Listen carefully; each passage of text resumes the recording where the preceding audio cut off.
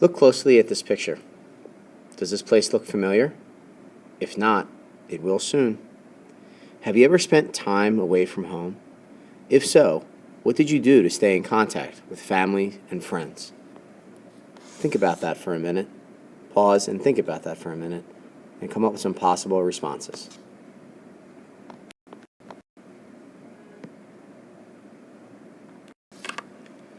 Chapter 2, Section 5, Judaism. Questions to explore and think about throughout this section. 1. How were Israelite religious beliefs unique in the ancient world? And 2.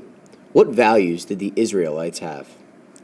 Key terms: covenant, prophet, diaspora. Key people will be Abraham and Deborah. These terms and people will be defined for you in your notes through the Google Classroom. Please make sure to have your doc open for the Google Classroom to fill in your notes that is homework and submit at the end of this video through the Google Classroom. The Bible records a promise made to God by the Israelite leader Abraham. I will give you many descendants, and some of them will be kings.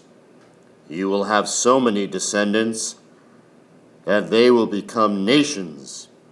I will keep my promise to you and your descendants in future generations as an everlasting covenant. I will be your God and the God of your descendants.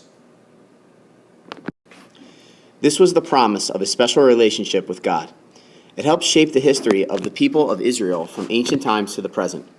The Israelites were among many peoples who lived in the Fertile Crescent. They came into contact with many other people and ideas. Over time, the Israelites developed their own ideas. These ideas reflected a blend of many traditions. The early Israelites came to believe that God was taking part in their history. They recorded events and laws in their most sacred text, the Torah. The Torah is made up of 5 books. They are called Genesis, Exodus, Leviticus, Numbers, and Deuteronomy. The promise that you just read is from the book of Genesis. Later, Christians adopted these books as the first 5 books of the Old Testament. A covenant with God. To the Israelites, history and religion were closely joined. Each event showed God's plan for the Israelite people. In time, Israelite beliefs changed into the religion we know today as Judaism. You already know that Judaism was monotheistic from its beginning. It also differed in other ways from the beliefs of nearby peoples. Most ancient people thought of their gods as being connected to certain places or people. The Israelites, however, believed that God was present everywhere. They believed that God knew everything and had absolute and complete power. As you read, Israelites believed that God had made a covenant or binding agreement with Abraham. For this reason, Israelites considered themselves to be God's chosen people.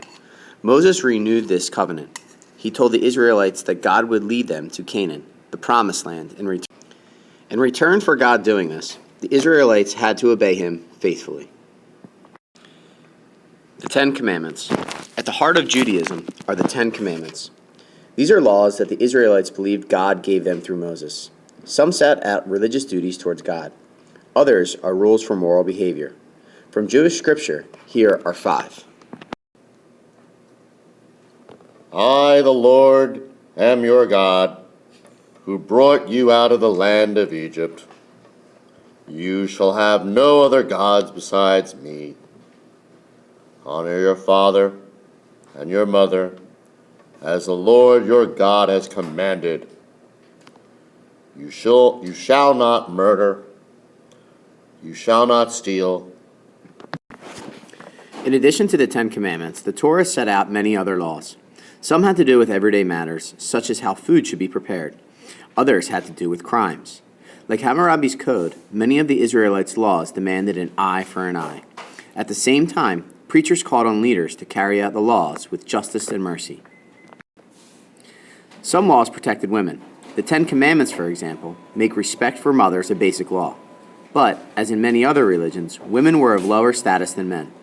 A man who was the head of the family owned his wife and children. A father could sell his daughters into marriage. Only a husband could seek a divorce. Early in Israelite history, a few women leaders, such as the judge Deborah, won honor and respect.